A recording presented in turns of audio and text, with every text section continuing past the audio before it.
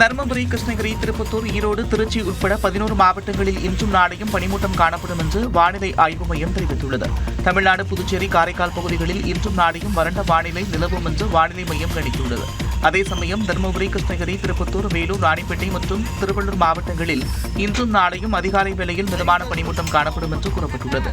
இதேபோன்று ஈரோடு, சேலம், நாமக்கல், திருச்சி, கரூர் மாவட்டங்களிலும் 2 நாட்களுக்கு அதிகாலை வேளையில் ஒரு சில இடங்களில் லேசான பனிமூட்டம் காணப்படும் என்றும் வானிலை மையம் குறிப்பிட்டுள்ளது. தென் தமிழக கடலோர மாவட்டங்களில் நாளை மறுதினம் மிதமான மழை பெய்யக்கூடும் என்றும் கணிக்கப்பட்டுள்ளது.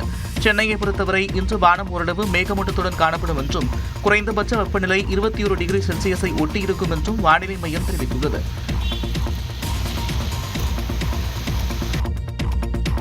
விருதுநகர் மாவட்டம் சிவகாசி மற்றும் அதன் சுற்றுவட்டார பகுதிகளில் நேற்றிரவு நில அதிர்வு ஏற்பட்டது. வீடுகள் லேசாக குலுங்கியதால் மக்கள் வீதிகளில் தஞ்சமடைந்தனர். ஹை வால்யூமில் ஏதோ ஹோம் தியேட்டர் போட்ட மாதிரி ஒரே வைப்ரேஷன், பேஸ் வைப்ரேஷன் அப்படியே காலுக்குள்ளே கூடி போன மாதிரி இருந்துச்சு. சிவகாசி சுற்றுவட்டார பகுதிகளில் நேற்று இரவு 9:06 மணி அளவில் திடீரென நில அதிர்வு ஏற்பட்டது. சித்துராஜபுரம், திருத்தங்கல், ராஜபாளையம், சாத்தூர், கம்மாப்பட்டி, கிருஷ்ணன் கோவில் உள்ளிட்ட பகுதிகளில் நில அதிர்வு உணரப்பட்டது. குழந்தைக்கு சாப்பாடு ஊட்டிக்கிட்டு இருந்தேன். அந்த டைம் அதிர்வு மாதிரி இருந்துச்சு. நாங்க கூட பக்கத்துல ஃபயர் ஹவுஸ் தான் வெடிச்சிருச்சுன்னு நினைச்சோம். இதேபோல் தூத்துக்குடி மாவட்டம் கோவில்பட்டி அருகே உள்ள நாலாட்டின்புதூர், பாண்டவர் மங்கலம், இலுப்பையூரணி உள்ளிட்ட பகுதிகளிலும் நில அதிர்வு உணரப்பட்டதாக பொதுமக்கள் கூறினர். என்ன லேஸ் அதிர்வு மாதிரி இருந்தது, குலுக்குன மாதிரி. இந்த சாமி வந்தால் ஒரு மாதிரி குலுக்குமில்ல, அந்த மாதிரி. இந்நிலையில் விருதுநகர் மாவட்டத்தின் சில பகுதிகளில் ரிக்டர் அளவுகோலில் 3 புள்ளிகள் அளவில் நில அதிர்வு ஏற்பட்டதாக தேசிய நிலநடுக்க ஆய்வக மையம் உறுதிப்படுத்தியுள்ளது. சிவகாசியில் இருந்து 10 கிலோமீட்டர் தொலைவில் நிலத்தில் 10 அடி ஆழத்தில் நில அதிர்வு ஏற்பட்டதாகவும் 17 கிலோமீட்டர் சுற்றளவுக்கு உணரப்பட்டதாகவும் தெரிவிக்கப்பட்டுள்ளது. சென்னையில் உட்கட்டமைப்பு வசதிகளை சிறந்த முறையில் உருவாக்கிட அரசு முனைப்புடன் செயல்பட்டு வருவதாக கூறிய முதலமைச்சர் மு க ஸ்டாலின் புதிதாக 19 பாலங்களை கட்ட நடவடிக்கை எடுக்கப்பட்டு வருவதாக தெரிவித்தார். சென்னை பிராட்வேவில் 822 கோடியே 70 லட்சம் ரூபாய் மதிப்பீட்டில் புதிதாக கட்டப்பட உள்ள பன்னோக்கு ஒருங்கிணைந்த பேருந்து நிலையம் மற்றும் குரலகம் கட்டுமான பணிக்கு முதலமைச்சர் மு க ஸ்டாலின் அடிக்கல் நாட்டினார்.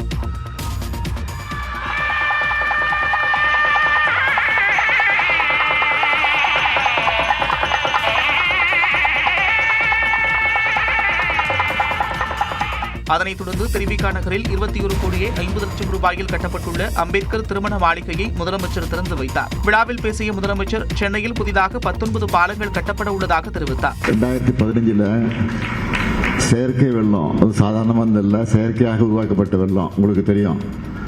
அதனால மக்கள் எந்த அளவிற்கு பாதிக்கப்பட்டாங்க என்பதை இந்த சென்னை மறந்துடாதுக்கு.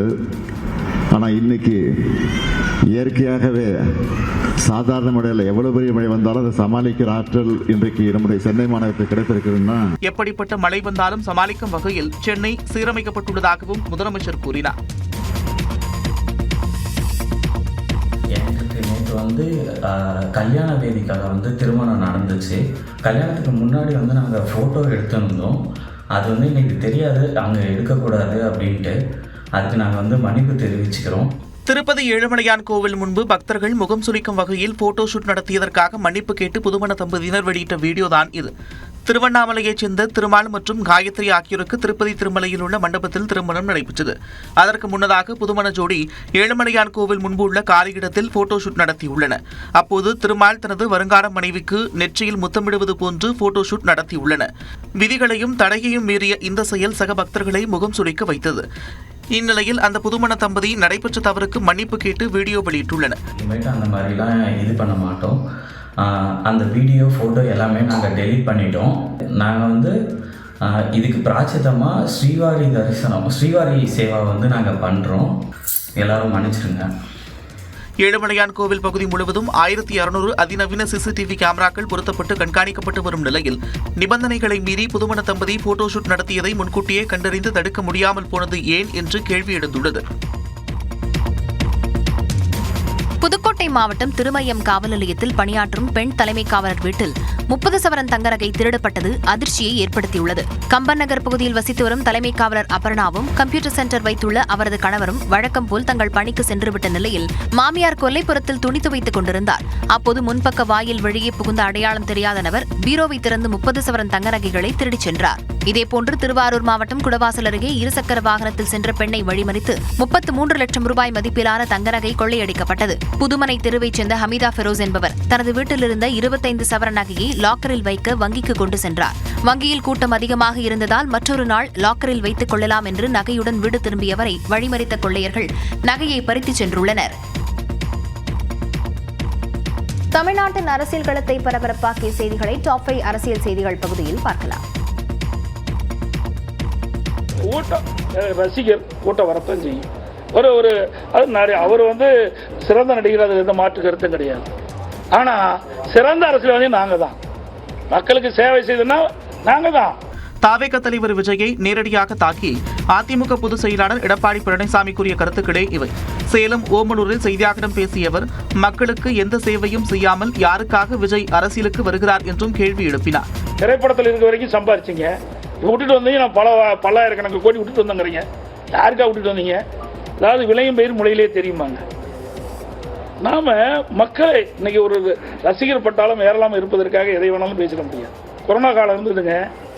கொரோனா காலம் இருந்தால் இவ்வளோ வீட்டு விட்டு வெளியே வருவாங்க. நான் 32 மாவட்டத்துக்கு நேரடியாக போனேன். திமுக தாவேக இடையேதான் போட்டி என்று விஜய் கூறுவதை பொருட்படுத்தவில்லை என்றும் எடப்பாடி பழனிசாமி கூறினார்.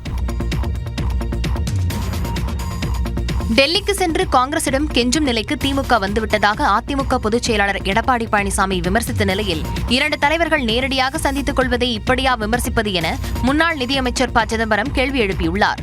கனிமொழி அவர்கள் போறாங்க, அங்க போய் என்ன பண்றாங்க? ராகுல் காந்தி சந்திக்கிறாங்க. இதுக்காக சந்திக்கிறாங்க, எங்களை தான் சொன்னாங்க. எடப்பாடி பழனிசாமி டெல்லிக்கு அடிமைனாங்க. யார் அடிமை?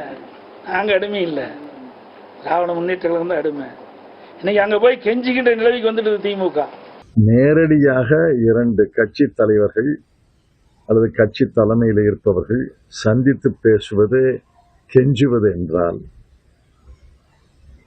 காலில் விழுறதுக்கு என்ன பெயர் சொல்றது? இதெல்லாம் தேவையில்லாத விஷயங்கள். அதிமுகவில் மீண்டும் இணைந்து கொள்ள தயாராக இருப்பதாக ஓ பன்னீர்செல்வம் கூறியிருந்த நிலையில் அவரை மீண்டும் சேர்க்க வாய்ப்பே இல்லை என்று எடப்பாடி பழனிசாமி திட்டவட்டமாக தெரிவித்துள்ளார்.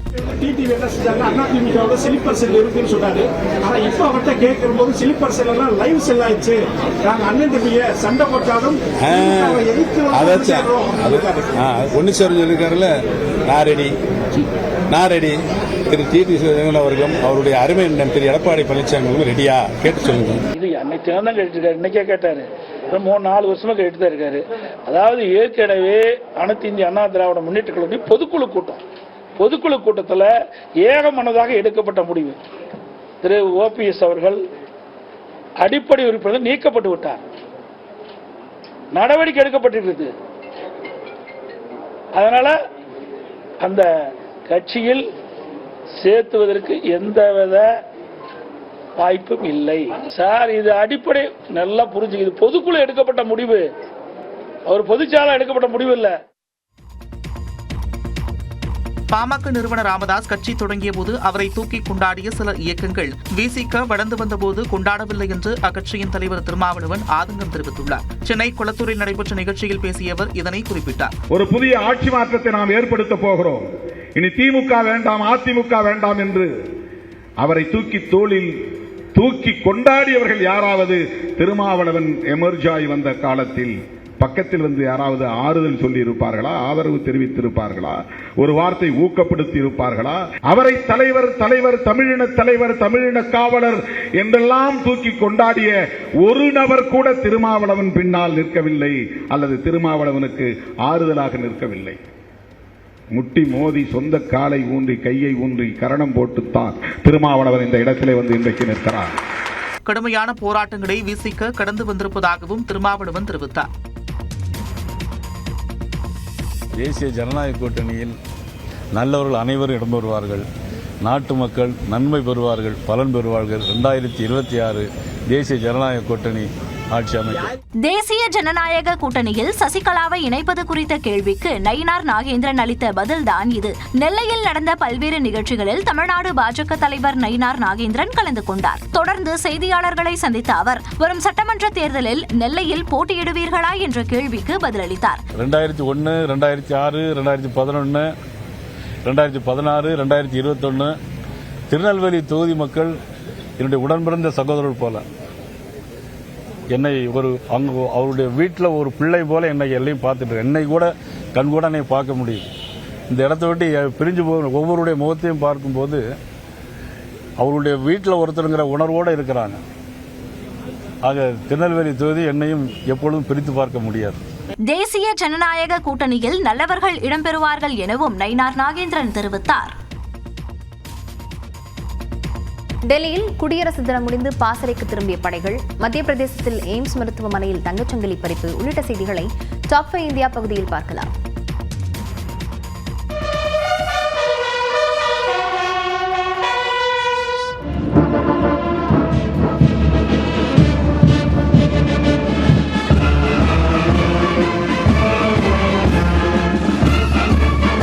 குடியரசு தினத்தில் பங்கேற்ற படைகள் பாசறைக்கு திரும்பும் நிகழ்ச்சி டெல்லியில் கோலாகலமாக நடைபெற்றது.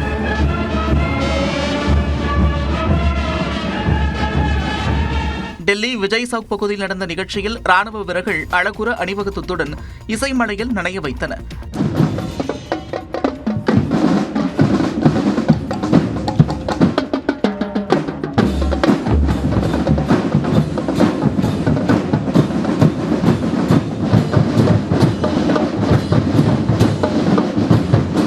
இசைக்கு ஏற்ப பல்வேறு வடிவங்களை உருவாக்கி வீரர்கள் வியப்பில் ஆழ்த்தினர்.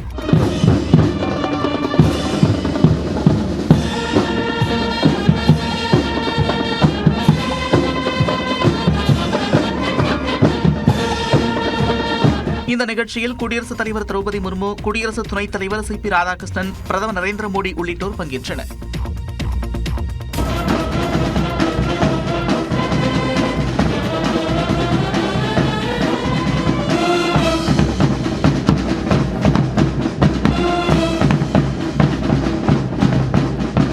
டெல்லியில் நடந்த முப்படை வீரர்களின் அணிவகுப்பில் A.R. ரஹ்மானின் ஜெய்ஹோ மற்றும் தாய் மண்ணை வணக்கம் பாடல் ஒலித்தன.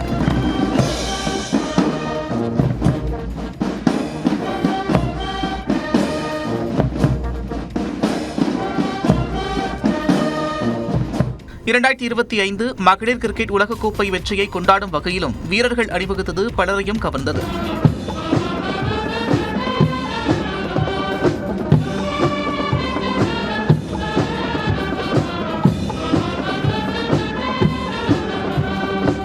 மின்னொழியில் அணிவகுத்து சென்ற வீரர்கள் வியக்க வைத்தனர்.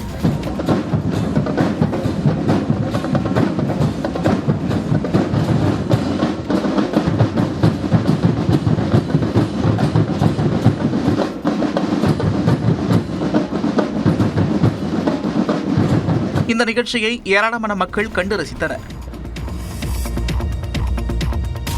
விமான விபத்தில் உயிரிழந்த மகாராஷ்டிர துணை முதலமைச்சர் அஜித் பவாரின் உடல் முழு அரசு மரியாதையுடன் தகனம் செய்யப்பட்டது. மும்பையிலிருந்து பாராமதிக்கு சென்றபோது விமான விபத்தில் உயிரிழந்த அஜித் பவாரின் உடல் அவரது சொந்த ஊரான கட்டேவாடிக்கு கொண்டு செல்லப்பட்டது. பின்னர் அங்கிருந்து பாராமதியில் உள்ள வித்யா பிராட்டிஸ்தான் மைதானத்திற்கு கொண்டு செல்லப்பட்டது. அவருக்கு அஞ்சலி செலுத்த லட்சக்கணக்கானோர் குவிந்தனர்.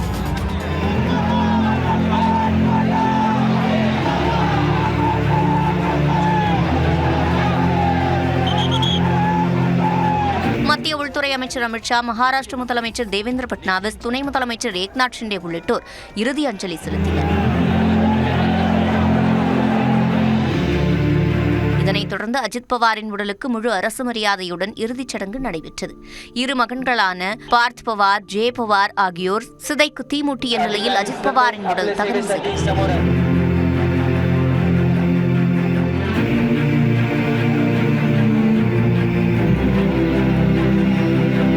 மகாராஷ்டிர மாநிலத்தில் 3 நாட்கள் துக்கம் அனுசரிக்கப்படும் என அறிவிக்கப்பட்டது. மேலும் வெள்ளிக்கிழமை வரை மகாராஷ்டிராவில் உள்ள பள்ளிகள் அனைத்தும் செயல்படாது என்றும் அந்த மாநில அரசு அறிவித்தது.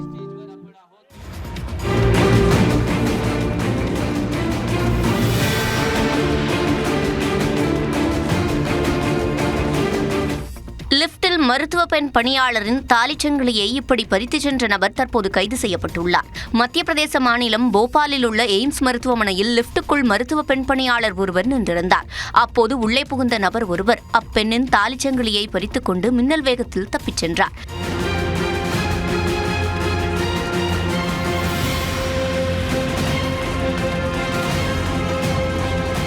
இதனைத் தொடர்ந்து சிசிடிவி காட்சிகளை கைப்பற்றி ஆய்வு செய்த காவல்துறையினர் நகையை பறித்துச் சென்ற நபரை கைது செய்தனர். நகை பறிப்பில் ஈடுபட்டவர் 3ஆம் ஆண்டு மருத்துவ மாணவர் என்ற அதிர்ச்சி தகவலும் தெரியவந்துள்ளது. புதிதாக தொழில் தொடங்குவதை ஊக்குவிக்கும் நடவடிக்கையை தமிழ்நாடு மேம்படுத்தியுள்ளதாக மத்திய பொருளாதார ஆய்வறிக்கையில் தமிழ்நாடு அரசுக்கு மத்திய அரசு பாராட்டு தெரிவித்துள்ளது.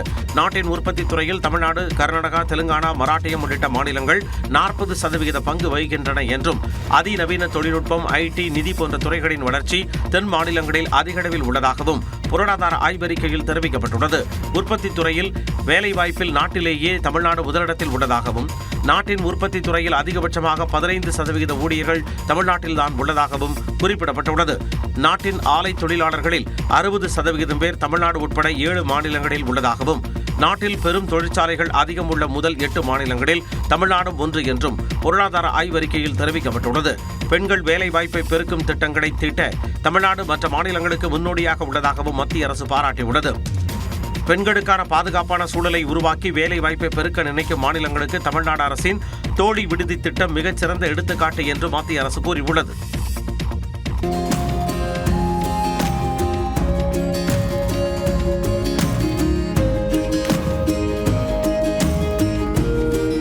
ரஷ்ய தலைநகர் மாஸ்கோவில் தொடர்ந்து 3வது நாளாக வரலாறு காணாத பனிப்பொழிவில் இயல்பு வாழ்க்கை கடுமையாக பாதிக்கப்பட்டது.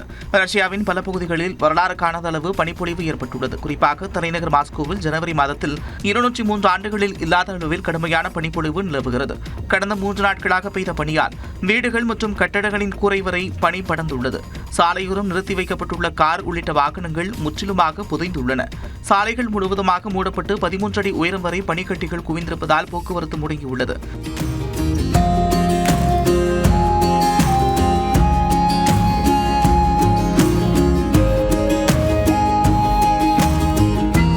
மக்கள் அனைவரும் பொது போக்குவரத்தை மட்டுமே பயன்படுத்தும்படி அறிவுறுத்தப்பட்டுள்ளனர். தொடர்ந்து ராட்சத இயந்திரங்களை கொண்டு பனியை அகற்றும் பணி நடைபெற்று வருகிறது. ஸ்பெயினின் தெற்கு பகுதியில் கொட்டிய கனமழையால் குடியிருப்புகளை வெள்ளம் சூழ்ந்து பொதுமக்களின் இயல்பு வாழ்க்கை முடங்கியது. மத்திய தரைக்கடல் பகுதியில் உருவான கிறிஸ்டின் புயல் ஐபீரியன் தீபகற்பம் அமைந்துள்ள போர்ச்சுகல் மற்றும் ஸ்பெயினை புரட்டி போட்டது. குறிப்பாக ஸ்பெயினின் தெற்கு பகுதியான ஜெரஸ்டிலாவில் கனமழை வெளுத்து வாங்கியது. கடலீட் நதிக்கரை உடைந்து குடியிருப்புகளை வெள்ளம் சூழ்ந்தது. தகவல் அறிந்து விரைந்த மீட்புப் படையினர் குடியிருப்புகளில் இருந்த மக்களுடன் நாய் மற்றும் பூனைகளையும் பாதுகாப்பாக மீட்டனர்.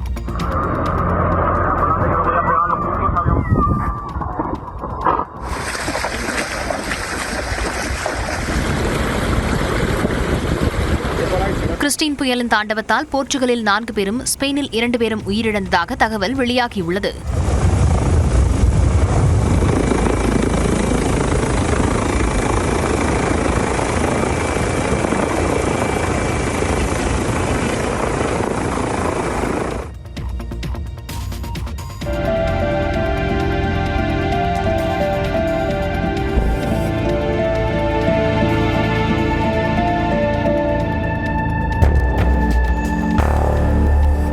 புராதன சின்னங்களுக்கும் சுற்றுலாவுக்கும் பெயர் போன பிரிட்டனின் சோமசெட் நகரம் கனமழையால் நீரில் மூழ்கிய காட்சிகள்தான் இவை.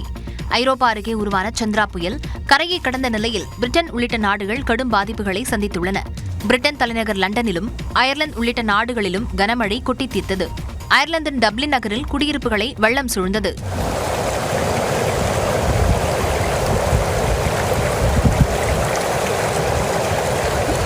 பிரிட்டனின் சோமசெட் நகரில் கொட்டி தீர்த்த கனமழையால் வீடுகள், வாகனங்கள் நீரில் மூழ்கின.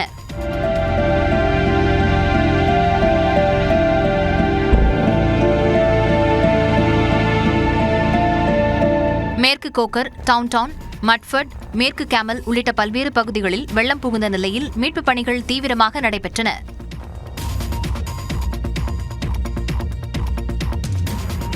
மகளிர் பிரீமியர் லீக் கிரிக்கெட் தொடரில் யூபி வாரியர்ஸ் அணியை வீழ்த்தி முதல் அணியாக இறுதிப் போட்டிக்கு முன்னேறியது பெங்களூரு அணி. மகளிர் பிரீமியர் லீக் T20 கிரிக்கெட் போட்டியின் 18வது லீக் ஆட்டத்தில் UP Warriors, Royal Challengers Bengaluru அணிகள் மோதின.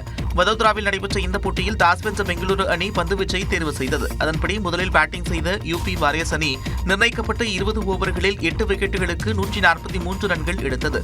அதிகபட்சமாக தீப்தி சர்மா 55 ரன்களும், கேப்டன் மெக்லேனிக் 41 ரன்களும் எடுத்தனர்.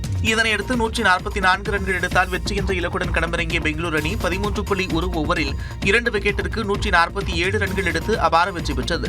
அதிரடியாக ஆடிய கிரேஸ் ஹாரிஸ் 37 பந்துகளில் 75 ரன்களும், ஸ்மிருதி மந்தனா 27 பந்தில் 54 ரன்களும் குவித்து வெற்றிக்கு வழிவகுத்தனர். இதன் மூலம் பெங்களூரு அணி இந்த சீசனில் 8 ஆட்டங்களில் 6 வெற்றியை பதிவு செய்து 12 புள்ளிகளுடன் முதல் அணியாக இறுதிப் போட்டிக்கு முன்னேறியது.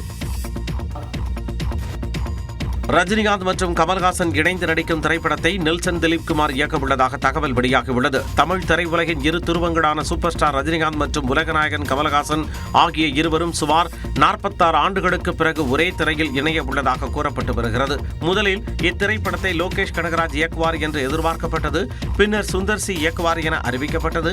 ஆனால் திடீரென அந்த படத்தில் இருந்து சுந்தர் சி விலகினார். ரஜினியும் கமலும் ஒரு டார்க் காமெடி அல்லது ஜாலியான என்டர்டெய்னர் படத்தில் நடிக்க விரும்பியதால் இயக்குனர் நெல்சன் திலீப்குமார் ஒப்பந்தமாகியுள்ளதாக கூறப்படுகிறது. இந்த பிரம்மாண்ட கூட்டணியை அதிகாரப்பூர்வமாக அறிவிக்க ஒரு பிரத்யேக ப்ரமோ வீடியோவை படமாக்க படக்குழு திட்டமிட்டுள்ளதாகவும், இதற்கான படப்பிடிப்பு அடுத்த வாரம் தொடங்க உள்ளதாகவும் தகவல் வெளியாகியுள்ளது. இந்த ப்ரமோவை பிரபல ஒளிப்பதிவாளரும் இயக்குனருமான ராஜீவ் மேனன் படமாக்க உள்ளதாக தகவல்கள் தெரிவிக்கின்றன. கமல்ஹாசன் தயாரிப்பில் ரஜினிகாந்த் நடிக்கும் தலைவர் 173 பணிகளுக்கு பிறகே நெல்சன், கமல், ரஜினி இணையும் இந்த படத்தின் படப்பிடிப்பு தொடங்கும் என்றும் கூறப்படுகிறது.